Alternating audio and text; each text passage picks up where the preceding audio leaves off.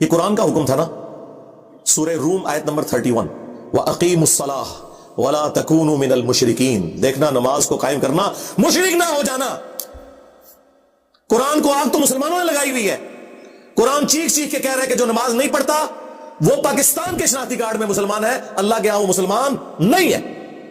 صحیح مسلم میں یہ حدیث لکھی رہ گئی 246 کہ بندے کے کفر اور ایمان, شرک اور اسلام کے درمیان فرق ہی نماز ہے.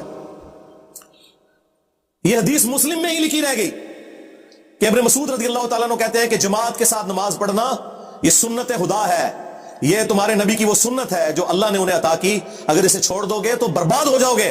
رسول اللہ کے زمانے میں اگر کوئی بیمار بھی ہوتا اور 2 بندوں کے سہارے مسجد میں آ کے نماز پڑھ سکتا تو اس کی کوشش ہوتی کہ میں مسجد میں جماعت سے نماز پڑھوں, کہیں مجھے منافق نہ شمار کر لیا جائے.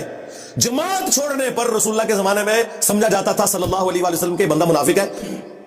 صحابہ کرام کو, اہل بیت کو کب معلوم تھا کہ ایسی امت بھی آنے والی ہے جو آپ سے بڑا عشق رسول ہونے کا دعویٰ کرے گی اور نماز ایک نہیں پڑھے گی؟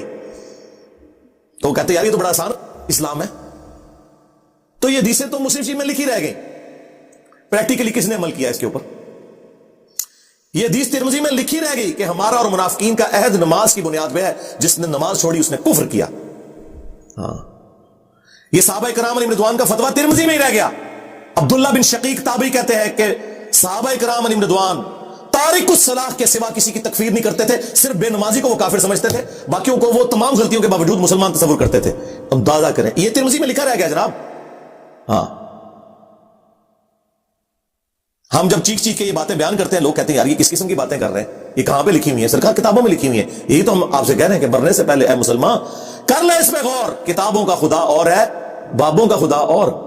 یہ حدیث ابو داؤد میں ہی لکھی رہ گئی کہ بچہ جب 7 سال کا ہو جائے تو اسے نماز کا حکم دو, اور نہ پڑھے 10 سال کی عمر میں اسے سزا بھی دو, اور 10 سال کے بچوں کے بستر بھی الگ کر دو. یہ ابو داؤد میں لکھی رہ گئی حدیث. عمل کس نے کیا؟ یہ حدیث ابن ماجہ میں لکھی رہ گئی کہ نبی علیہ السلام نے فرمایا اے معاذ اللہ کے ساتھ شرک نہ کرنا, خواہ تمہارے ٹکڑے ٹکڑے کر دیے جائیں, تمہیں قتل کر دیا جائے, سولی دے دیا جائے, یا آگ میں زندہ جلا دیا جائے, شرک نہ کرنا. یہ پہلی نصیحت. اسی حدیث میں دوسری نصیحت, نماز نہ چھوڑنا. تمہارا اللہ کے ساتھ عہد نماز کی بنیاد پہ ہے, اگر تم نے نماز چھوڑ دی تو اللہ کا ذمہ اٹھ گیا تم سے. اور تیسری چیز فرمایا شراب نہ پینا یہ تمام برائیوں کی جڑ ہے. تو یہ حدیثیں تو لکھی رہ گئی سرکار. یہ حدیث مسند احمد میں ہی لکھی رہ گئی کہ نبی علیہ السلام نے فرمایا کہ نماز قیامت کے دن نمازی کے لیے دلیل, نجات اور نور ہوگی, اور جو نماز نہیں پڑھتا قیامت کے دن نہ اس کے لیے کوئی دلیل ہوگی اللہ کے حضور بچنے کی, نہ نجات اور نہ کوئی روشنی, نور جو پولیس رات سے گزرنے کے لیے قرآن میں ہے نا وہ نور. اور پھر نبی السلام نے فرمایا کہ بے نمازی کا حشر اسی حدیث میں آتا ہے, فرعون, قارون اور حامان اور امیہ ابن خلف کے ساتھ ہوگا. ہاں جی, کچھ بھی ہے تیرے محبوب کی امت سے ہے. محبوب تو پہلے ہی بتا گئے کہ بے نمازی تیرا حشر تو فرعون کے ساتھ ہونا ہے, تیرا حشر قارون کے ساتھ ہونا ہے, امیہ ابن خلف کے ساتھ ہونا ہے. نبی علیہ السلام نے طرح طرح سے سمجھایا کہ نماز جو ہے اس کی اہمیت اپنے دلوں میں جاگی کرو, بٹھا لو دل میں کہ نماز کے بغیر کوئی اسلام نہیں. گئے ساتھی ساتھ تھے, درخت تھے, زمانہ پتے تھا, خزاں آ گئی تھی, پتے گر رہے تھے, حضور نے پکڑی 2 ٹہنیاں زور سے ہلائیں, پتے بہت جڑے. سمجھانا چاہ حضور نے فرمایا جس طرح تم نے دیکھا ہے اس پت چڑھ کے زمانے میں یہ پتے گر گئے نا میرے ہلانے سے, نماز سے اس طرح گناہ چڑھ جاتا. مگر وہ نماز ہے جس کے بارے میں پڑھتے ہیں ہم کہ امام زین العابدین جب وضو کے لیے اٹھتے تو ان کا جو نا بدن کانپنے لگتا, چہرہ درد ہو جاتا. تو گھر کے لوگ پوچھتے ہیں رسول اللہ کے فرزند کہہ رہا یہ حال کیوں ہو جاتا؟ تو انہیں پتا, آپ نے فرمایا تم جانتے ہو کہ میں کس کے سامنے کھڑے ہونا کا ارادہ کر رہا ہوں, کس کے سامنے اب میں نے پیش ہونا ہے. اس لیے وضو کرتے وقت ہی میں سوچتا ہوں کہ کوئی کام پہلی نماز سے لے کر ایسے اب تک ایسے تو نہیں ہوئے کہ اللہ کہہ دے کس منہ سے میرے سامنے آ گیا, میرے حکم توڑے اور پھر نافرمان اور مجرم میرے سامنے آ کے کھڑا ہو. اسی لیے اگر امام جعفر صادق کے بارے میں محب الدین طبری الکرام لکھنے کے حج کے موقع پر جب وقت آیا لبیک کہنے کا میقات پر تو لوگوں نے لبیک کہا, امام دیر تک لبیک نہ کہہ سکے, جسم کامتا رہا. تو لوگوں نے کہا آپ نے لبیک کیوں نہیں کہا؟ فرمایا یہ لبیک کہتے ہوئے ڈرتا ہوں کہ میں کہوں لبیک تو آواز نہ آ جائے لا لبیک ولا صالح, نہ تیرا آنا مبارک ہے اور نہ تیری بیک منظور ہے، کیا بنے گا؟ اس لیے اللہ کے بندے ہر وقت لڑنا رہتے، کامتے رہتے کہ سفر کرتے وقت گاڑی کسی دوسری طرف نہ نکلے۔ اقبال اللہ، نماز کا معنی ہر وقت اللہ کی طرف دھیان، دل جو ہے نا اس میں ہر وقت یہی سوچو کہ میں روزی کماؤں، میں کھانا کھاؤں، میں بال بچوں سے ہنسی کھیل کروں، دھیان اللہ کا۔ کوئی ایسا کام نہ ہو جو اللہ کے دین کے خلاف ہو اور مجھے پھر اللہ کی طرف سے نا وہ ہٹا دے۔ سے قانونی طور پر کچھ نہیں ہوتا، یعنی اللہ کے پیغمبر نے جو بات بتائی ہے اور وہ قرآن میں بھی بتائی گئی ہے کہ ایک بندہ مومن جو اپنے پروردگار پر ایمان رکھتا ہے، اس کو جب بلا لیا گیا 5 وقت تو اسے جانا چاہیے، اور اگر وہ اس کے مقابلے میں کھڑا ہو جاتا ہے اور یہ کہتا ہے کہ میں تو اللہ کون ہوتا ہے اور نماز کیا ہوتی ہے، تو یہ کفر ہے۔ یہ کہ ایک اللہ کی بندی اللہ پہ ایمان رکھتی ہے، نماز بھی پڑھتی ہے، کبھی کوتاہی ہو جاتی ہے تو کوتاہیوں کو کبھی سرکشی نہیں سمجھنا چاہیے۔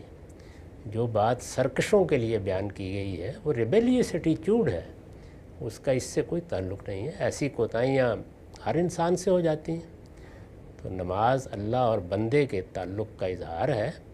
توجہ دلائیے اور خاوند صاحب سے بھی کہیے کہ ہر وقت کفر نہ نکال کے دکھایا کریں، کبھی پیار محبت سے دین کی طرف بھی رغبت دلا دیا کریں۔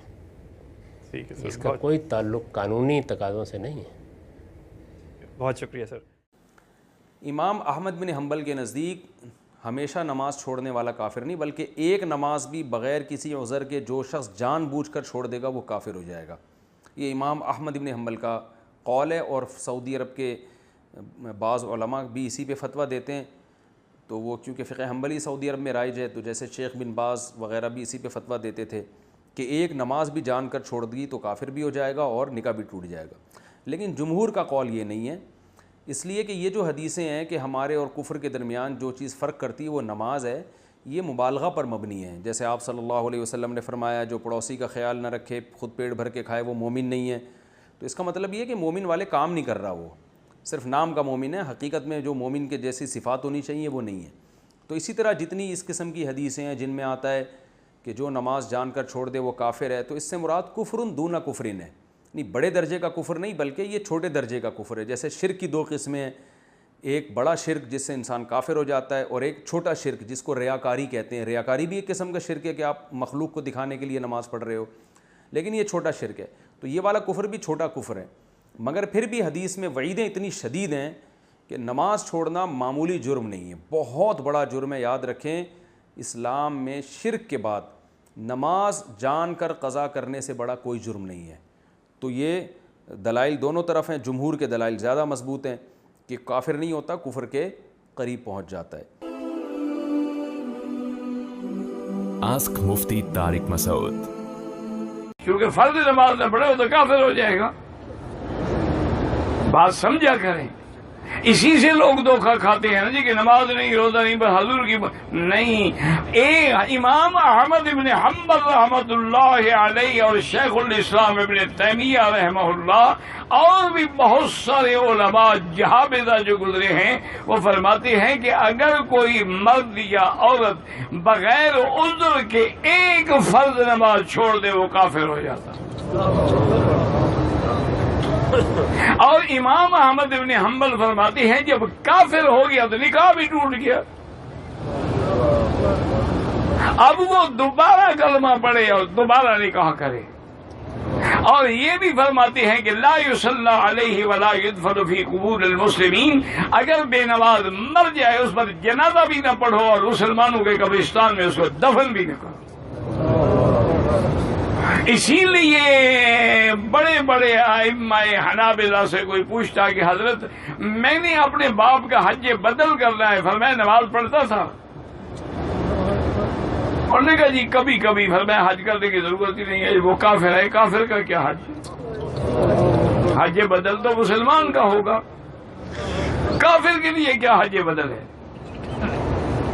تو اس لیے یہ تو شکر کریں کہ ائمہ ثلاثہ جو ہیں، یعنی 3 امام جو ہیں، امام ابو حنیفہ رحمۃ اللہ علیہ، امام شافعی، امام مالک، فرماتے ہیں کافر تو نہیں ہوتا لیکن فاسق و فاجر ہے، اور یوں بس اس کو قید کر دیا جائے جب تک توبہ نہ کرے اور نماز شروع نہ کرے۔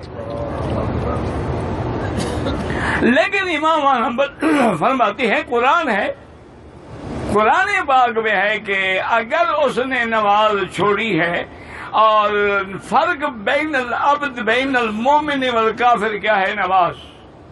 اسی لیے کافر جہنم میں کہیں گے جب جا رہے ہوں گے، پوچھا جائے گا کہ ما سلککم فی سقر، کیوں جہنم جا رہے ہو؟ کہیں گے لم نک من المصلین، ہم نماز نہیں پڑھتے تھے۔ اور حدیث مبارک ہے صحیح میرے مدی کی، فرمایا من ترک الصلاۃ متعمدا فقد کفر، جو آدمی جان بوجھ کر نماز چھوڑ دے وہ کافر ہو گیا۔